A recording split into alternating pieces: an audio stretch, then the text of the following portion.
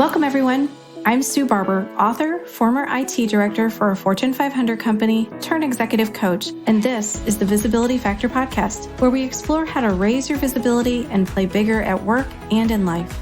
We'll explore key topics and welcome guests that help you shift your thinking about yourself so you can see new possibilities for your leadership. I'm on a mission to create a visibility movement for leaders to show their value and be seen for their true talent.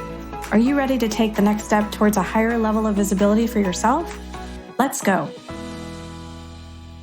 The Visibility Factor podcast is brought to you in part by the 90-Day Visibility Breakthrough Accelerator Program. Do you believe deep down inside that you can have a bigger career, but you don't know how to get there? You can keep doing what you're doing, but what if there is a better way that could accelerate your progress? This 90-day program is a powerful experience that is unique to you and provides dedicated time to focus on your specific challenge. It gives you the time to develop big ideas and plans to execute them, including the tools, resources, and motivation needed for success. Hundreds of clients have used this same program to take them to the next level in their career and to create a better life. Join me in a 90-day experience that focuses on challenges like creating a strategic plan, how to lead an organizational change, or prepare for a career transition. This dedicated time will help you see new possibilities, recognize your strengths, and take away key insights that can be leveraged immediately.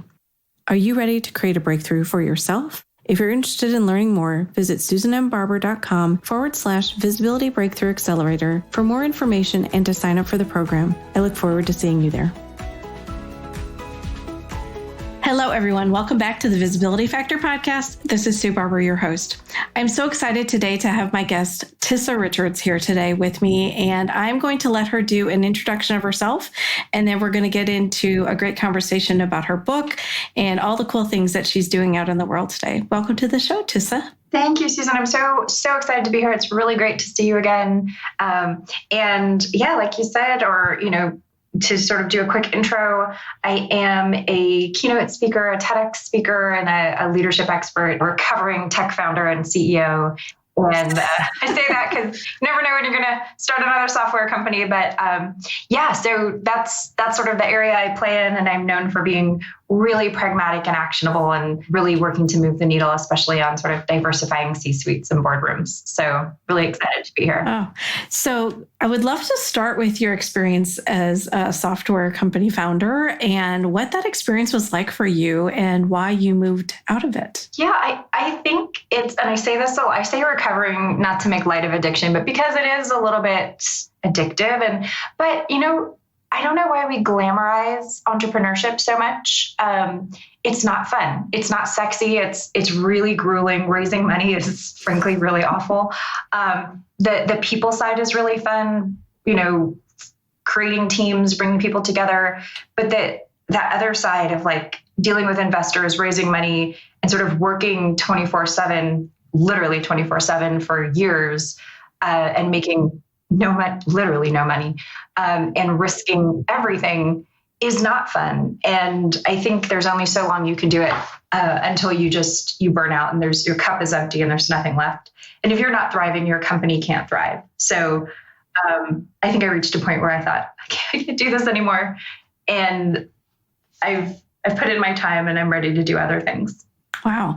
But I imagine there's so many great experiences that you took away from that you're able to now apply in conversations that you're having with leaders and in their own companies today. I think so. And I think that what it also helps you be able to do is sort of see patterns, look at risk, be able to tell a story really succinctly. I mean, you have to, right? To raise money or to be compelling, if you're trying to hook a customer, an early customer, to take a risk on you, you have to learn how to be persuasive. You have to learn how to bring people along on that risk with you, right? And that's a really important skill for any leader, even at a big Fortune 50. So there's a lot that I think you learn.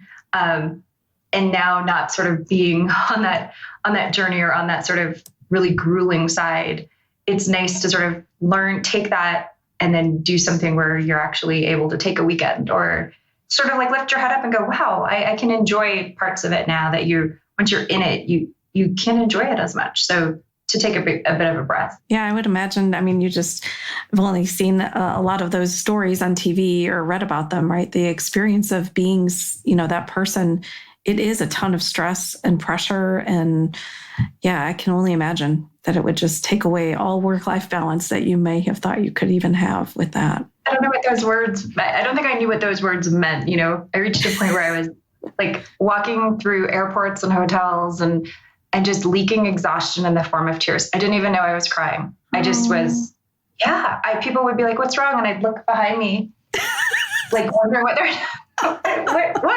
And they'd point to me and I'm like, no, this is fine. This is normal. And then I thought, this is my normal day. I always cry every day. This is not thriving. This is not a good thing. No. So that's a good sign that like, maybe it's time to do something different, Yeah, for sure. Okay. So let's talk about your business, the things that you're doing with companies. What made you decide that this is the space you wanted to play in and how you wanted to help people? I don't think anyone's ever asked that before, Susan. I love that question. I think especially having been a woman sort of raising money and scaling companies and realizing how much you need to know what are your values, what are your non-negotiables, how strong you have to be and how firm you have to be on what's important to you, so that you never operate out of a place of fear, out of a place of scarcity, right? So that you're always making the right decisions, knowing what you bring to the table, what your values are, because, you can lose a deal, you can even lose a company, it'll cost you a lot of money, but you can recover, right? What you can never recover is your integrity, your reputation. So those things are scarce, right? And so I think coming out of that and saying, I never want anyone, but especially women, to feel like they're making a decision out of, oh, could this be fatal? Could this be fatal to my career? Could this be fatal to my reputation? Could this be fatal to my finances? And so really helping people, leaders, executives say, I know exactly what I bring to the table. I know exactly what my non-negotiables are.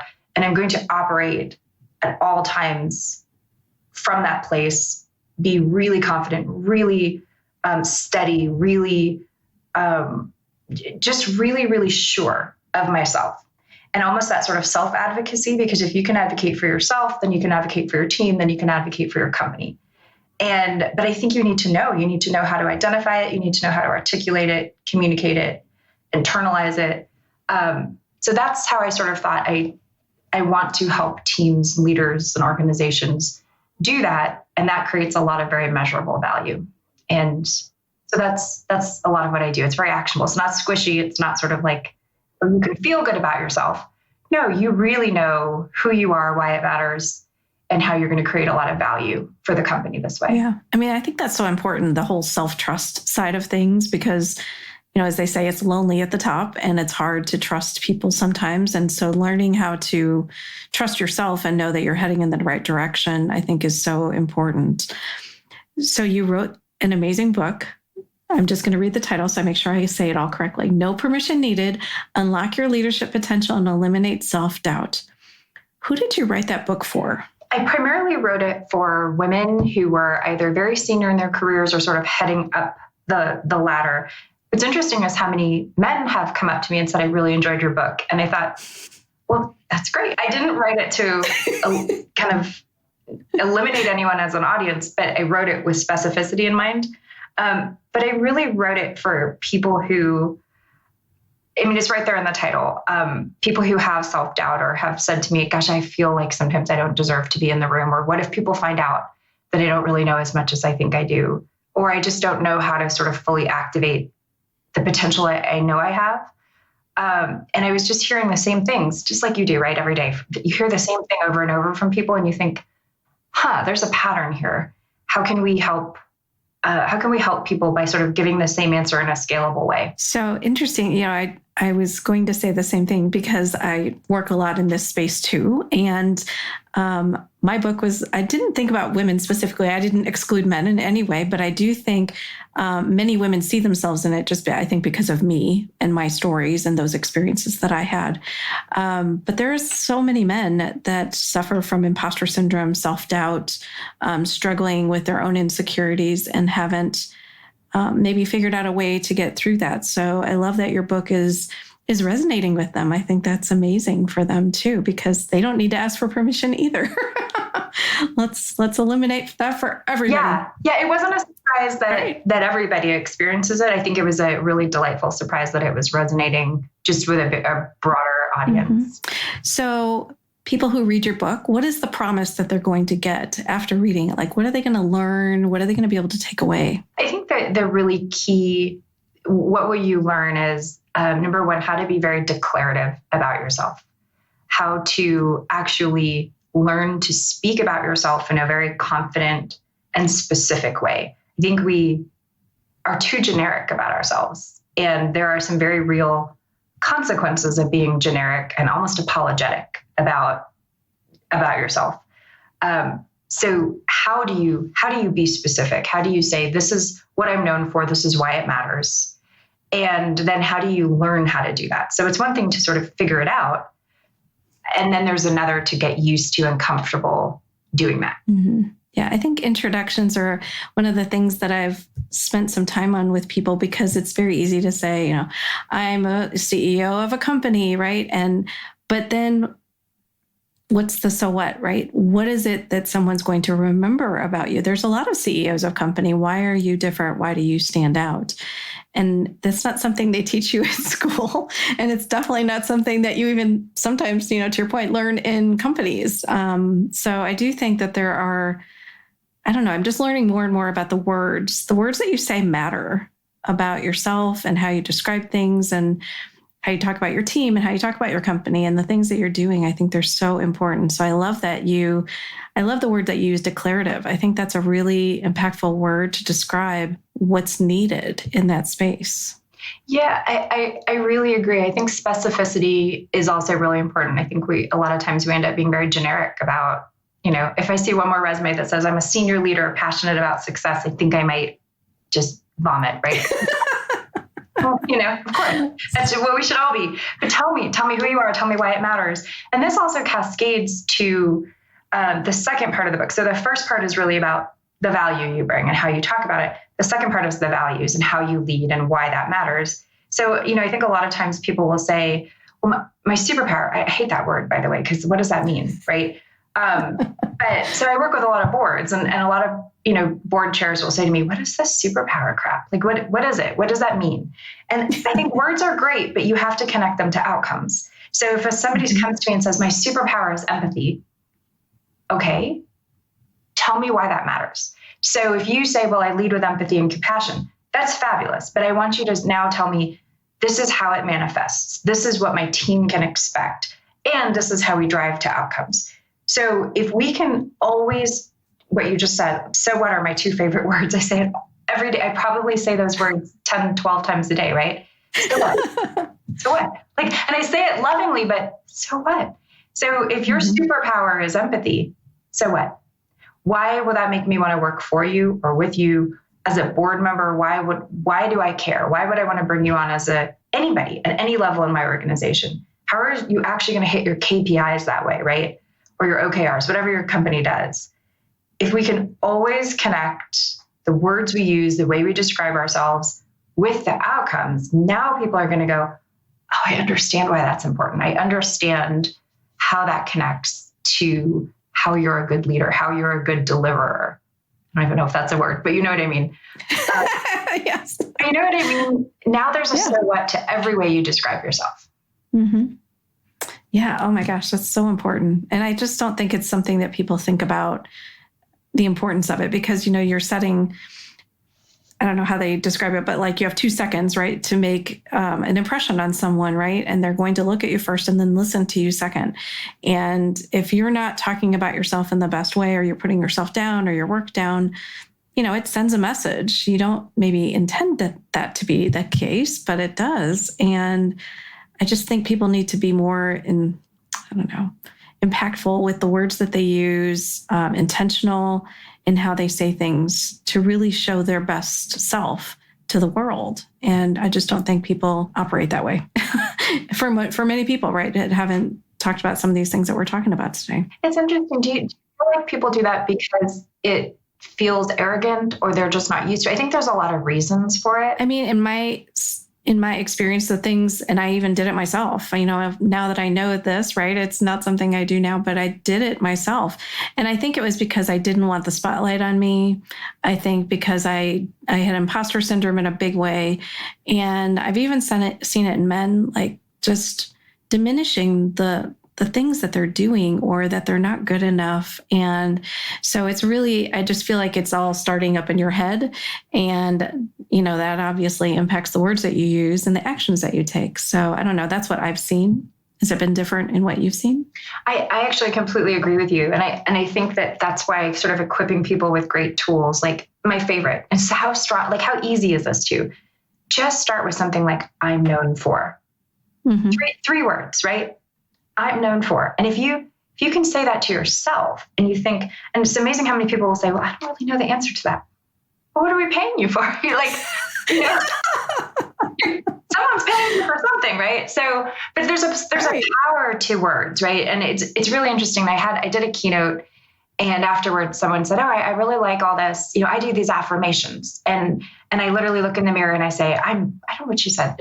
I don't want to denigrate her, but she says something like, I'm beautiful, I'm strong. And I thought, well, that's great. But what if we were even more specific about these affirmations? What if you literally looked in the mirror every day and you said, I'm smart because I'm valuable because I contribute, and you actually did these affirmations on a professional basis where you pretended you were on a podcast. You were having a conversation like you and I were, and you finished that sentence with, here's why I am valuable to my company. Here's why I matter to my team. Like you actually finished the sentence and didn't just say, I'm important, I'm smart. Mm-hmm. You said, you're so what in each of that. And now you're literally, I don't know why I just pointed to my eyeballs. It came out your mouth, went into your ears, and you're now actually internalizing, you're articulating.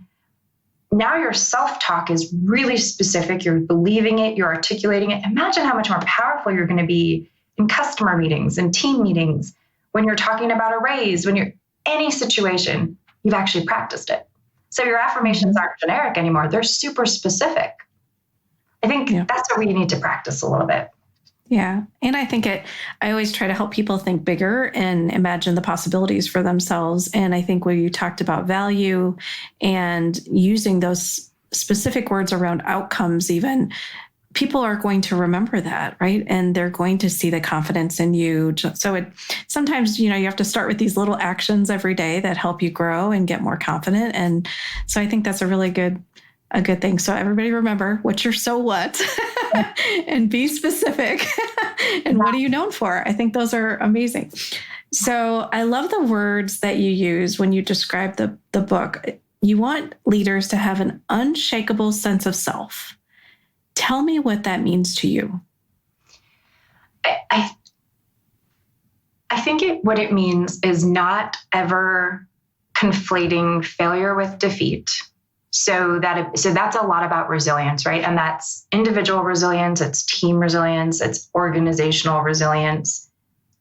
Stuff happens. I don't know if I'm allowed to swear, but am I allowed to swear? Sure, minor swear. Okay. Well, shit happens, right? Stuff happens all the time. And a good leader just literally is able to, either to themselves or their team, say, what are we going to do about it? This is, I think, a lot of the lessons of being a startup founder. If you can't roll with it, then it's really hard to lead other people. So your ability to also lead yourself through that. And this is really keyed in with resilience, because an unshakable sense of self is both about the value you bring. So maybe you don't get a job. Maybe you don't get that deal that you and your team were trying to get. Maybe whatever it is, maybe you don't get the funding. There's a lot of things that don't happen that you were thinking, well, we got this in the bag. And I like to say this, your foot's not ugly, the shoe didn't fit. It shouldn't shake your sense of self, right? Then there's also the sense of what are we going to do now? How are we going to pivot? How are we going to figure out the next thing? And of course you should regroup, you should figure it out, but it should never knock you down so much that you're reevaluating everything. And a lot of this is, I think about my last company, we had to shut it down. It was very traumatic financially. But if that sort of puts you in a fight or flight mode of what are we going to do? Do we still have value? Will anybody ever want me to work again? if it takes you down to that cellular level of, I don't know if I'm good enough, you're shakeable. And so if you really know the value you bring to the table, so what you're known for, why it matters, your so what, and your values, you're also able to stand up sometimes and say, this situation, I'm going to walk away. I'm going to take it off the table. And it's not going to make you go into the fetal position under the table or into fight or flight. You're able to put everything in context and say, okay, situation is not optimal. We're moving on. But it's not fatal. It's not defeatist. And I think that's a really important thing, because if your team sees that you're freaking out, that's not good for them. If you're the CEO and the company sees it, it's not good. It's that ability to be really unflappable and say, all right, what's the situation? We're going to deal with it. And you just move on. That's resilience. That's unshakable. I love that. Yeah, it's not letting these failures define you. It's not that, you can do something else. You can learn from it. I always think of failure as an opportunity to learn, not an opportunity to sit in it forever. I always say, okay, you get today. You can have today. You can have a glass of wine. You can do whatever. But tomorrow, we're going to do something else. Let's get back on the horse and let's go. I think that's, and it's very easy to get into this place of shame, right? And feel like you aren't good enough after something like that traumatic happens to you. So yeah, that makes a lot of sense. So you talk about in your book, the FAIR framework. I would love for you to just explain what that is and how people use that. Yeah, it was interesting because I was trying to think, when I work with teams, when I work with executive teams or sort of these high potential cohorts, what's something, I'm sure you went through this too, right? So you sort of, you coach, you do these workshops, and then you think, what's something that I continually go back to? And so putting it into the book. And so FAIR it's FARE, and it's fearlessness, authenticity, resilience, and effectiveness. And it's in that order for a reason. When you know who you are, what you bring to the table, and the values you operate on, and that takes work, right? That takes a little bit of like self-reflection and the ability to put it on paper and internalize it. But when you know that, you can operate very fearlessly, because you're able to point to something and say, no, this situation is not right for me, or I can walk away. You can do a lot of things without fear when you know the value you bring. When you're fearless, you can be very authentic, because you don't have to ever worry that you're going to have to try and act like someone else. It's exhausting to be like someone else. When you're fearless and authentic, that's when you can be your most resilient, right? You can be you can be unshakable. It's really hard to be resilient when you are operating in a place of fear or when you're trying to be like someone else. So again, it's very carefully stacked up. And when you are fearless and authentic and resilient, that's when you can be your most effective. So as a leader, you really have two key deliverables. You have to deliver on your outcomes, and you have to develop people. So it's hard to do that unless you can be all those things. So it's, how do I help teams and leaders deliver their most effective outcomes? It's by being all those things: fearless, authentic, resilient, and then effective. So it was a very kind of carefully constructed framework that happened to spell a word. It's always helpful when that works. Okay, let's head towards this to be very fair. Yeah. Yeah, mine was rise. So I had, the same. I'm like, okay, cool. This is a word. And I use it as a metaphor as well. Like you're rising up, right? It's so good instructional design, right? Yeah, exactly. Yeah, it works. So you mentioned this briefly earlier, but I'd like to go back to it about the board work that you're doing, or helping women get on boards. Tell me a little bit about why you're so passionate about that. And how are you helping them get on a board if they've never done it before, if anyone wants to know the process for that? Yeah. So last year, I directly helped guide 100 women to public and private board roles. And I think this is really key for a couple of reasons. I think the more sort of diversity of thought and representation in the boardroom, the better companies perform.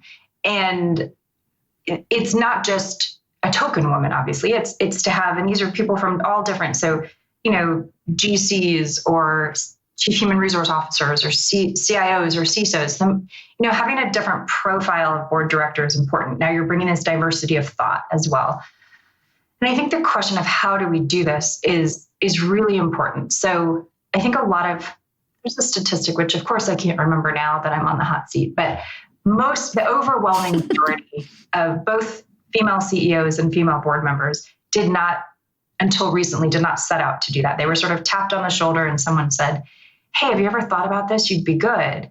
What happens is that then you're not really prepared. You haven't necessarily thought through it. You haven't optimized your network.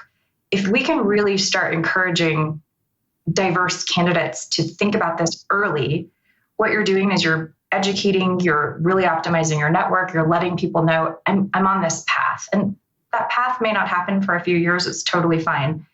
But I think there's a lot of power in saying, I would like to explore this. I would like to head there, so that if your network doesn't know that you're interested, they can't think of you. They can't kind of say, oh, wow, Susan would be great for this. So again, there's power in the words you use and telling people your intentions. And I think it's also, again, being very declarative and specific. I'm known for this. I help this kind of company create these outcomes. I would like to add 2 boards to my portfolio. Who do you know that I can help? And it's just putting it out there so that people can come down the road and say, have you ever met Kim? I really should introduce you. That's the power. That's how we fill these 30,000 board seats a year that open up, right? Ideally, it's about 85% of boards are filled through your network. So it's sort of letting people know, but it's also, again, being very specific about what you bring to who and how, and it's not being afraid to go narrow and be declarative about yourself so that people can remember you and they can scale you that way. 30,000 board seats. Is that just public or is that private and nonprofit? It's not public. I believe those are private board seats. And those are small. Those are small companies as well. But it's great. I mean, that's where you can really cut your teeth and learn a lot. Yeah. Oh my gosh. Well, I know that you offer a course on that, and as well as a course for more emerging leaders and executives. So what are your goals with those courses? What are people going to take away from those? Yeah, the goals with those are to really be able to, in 2 sentences, tell people what your value proposition is. I actually think of them as your catalyst statement, because what is a catalyst, right? It's something that creates a reaction. So it's to literally nudge a reaction out of someone else. And that is, I want somebody to meet you and immediately say, oh my gosh, I know somebody you should meet. Can I introduce you? That's how we kind of do the 6 degrees of Kevin Bacon thing, right? We literally can, with the power of our networks, kind of create this very intentional scaling of each other's networks. So that's one of the outcomes, is to be able to really hone in on why you, so what, how you talk about yourself, and then figure out what is it that you want to do next, whether it's for your team, for your company, for yourself. So it's a very sort of curated network of people doing things, whether it's getting to the next level in their career, high potential cohorts, board seats. And then a lot of those are also in corporate workshops. Yeah, that's pretty amazing. Yeah, I just love that the whole premise behind what you're doing is really helping people speak to their own value. I mean, they just haven't learned that yet. So it seems so simple, but not always so easy to do. It seems easy, doesn't it? But I think it takes a little work. But it's really cool when you see somebody sort of suddenly go, yeah, that's me, right? Like it's really fun. It is. I enjoy it as well. So I know you do a lot of speaking, a lot of keynotes. I think it's fascinating because you and I met and you were off to do a bunch of keynotes for International Women's Month. And I know you've got another thing that I'm going to ask you about in a second. But I would love to hear, like, what are the biggest impactful topics that you speak about, and any surprises that you've had in those moments where people were just like, aha, all these aha moments happened for them and you could see it? I think that the biggest aha is when I really encourage people to flip the script about themselves. So I do a lot of, company all hands and leadership summits and sales kickoffs. And so in all those cases is to really remind people, we tend to talk, whether it's at a company level or a sales level or a personal level, about what we do, why we do it, what we do, how we do it. And encouraging people to always flip the script and give the so what, give the context, and not give a pitch, and to really always lead with the so what. And it's really interesting because you see this light bulb go on and people are like, oh, I've always been pitching myself. And or even whole sales organizations are kind of like, yeah, we have been going in with an elevator pitch. Let's go in and flip the script on it and ask the questions first and have that little bit more, the confidence to go in and not pitch, just, have 2 sentences and then go with questions. I think it's that watching that aha of, have I ever really boiled this down to a so what, even at a company level? It's really interesting. Mm-hmm. And there's fun workshops that we do with that. And people are sort of like, I'll say, is that a how or is that a so what? Oh, I think that's a how. And just as you realize that we're so used to talking about what we do and how we do it, because that's what we do all day. We do the what, we do the how. But really, when you get people thinking about the so what, that's thinking strategically and speaking strategically. And that's a really good skill to have. Mm-hmm.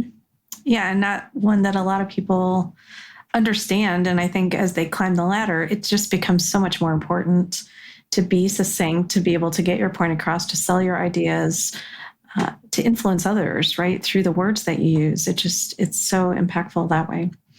Okay, so I hinted at this a little bit, but I would love to hear about your TEDx speech that you just did and what your topic was. Yeah, and this may not surprise you. So this was really fun. I just did a TEDx Austin talk, and the topic was actually about resilience and making it a muscle memory, and how a lot of times we think it's something that, you'll figure it out when something big happens. But by the time something big happens, it's really too late.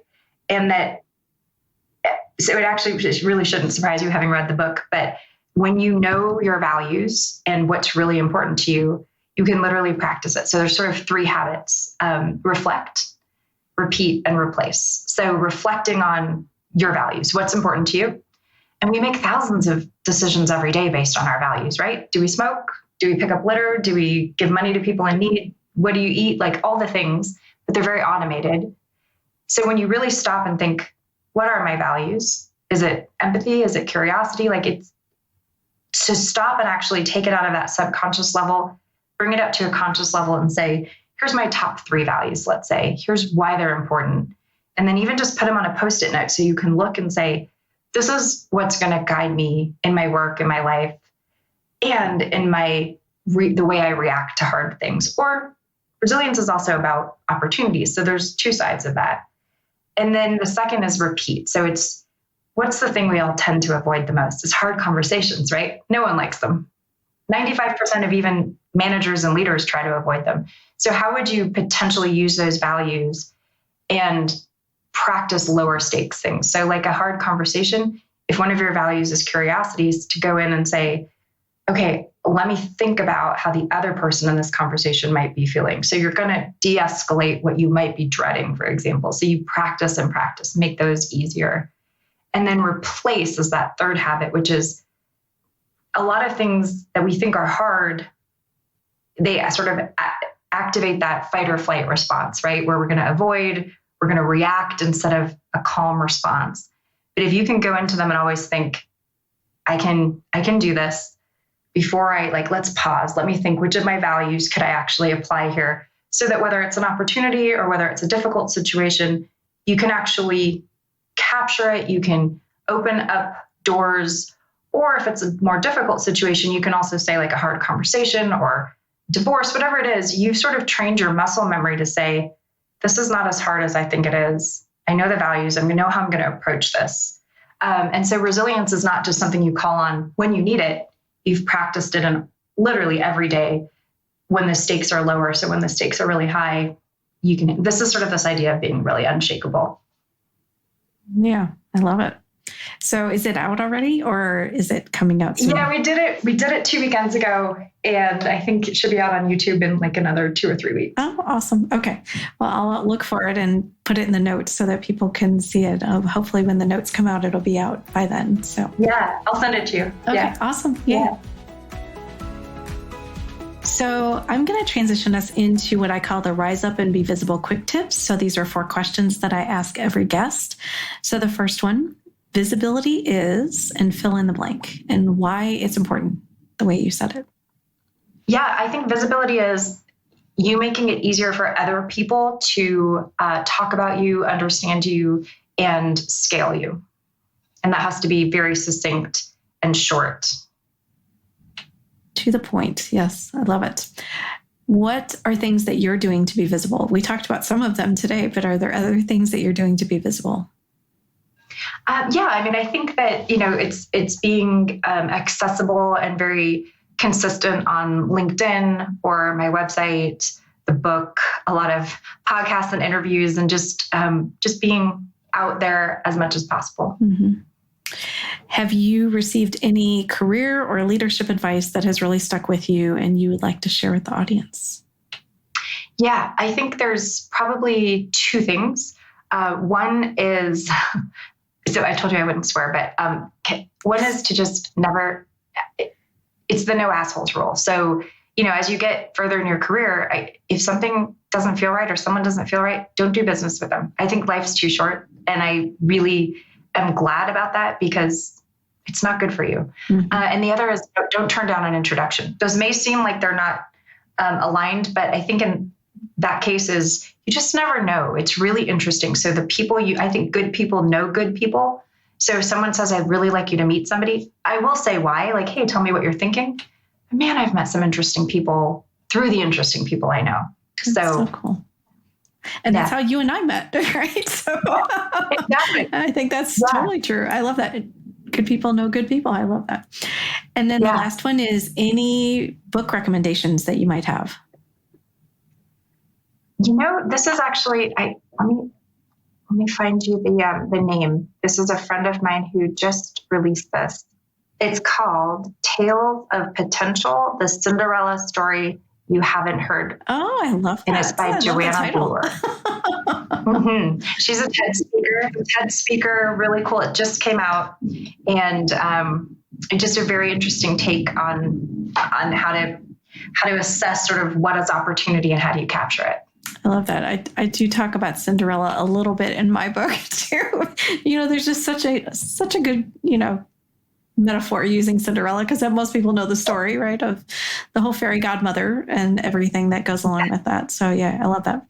So any other cool things that you're doing that are upcoming that you want to share with the audience? Just a lot of great, really cool corporate workshops and sort of leadership pledges. So, really connecting this idea of who are you as a leader with outcomes, and then our annual leadership retreat for women, which is really fun. So that's what I'm doing. Just love every minute of every day. Wow, so different from where you started, right? With this conversation. I don't think you were probably able to say that in that way. Yeah. There's no crying in airports. No crying. There's no crying in airports anymore. That's amazing. I love that. Well, took control of your life and designed it the way that you wanted it. So I love that. And you're helping a lot of people by doing it. So that's amazing. Yeah.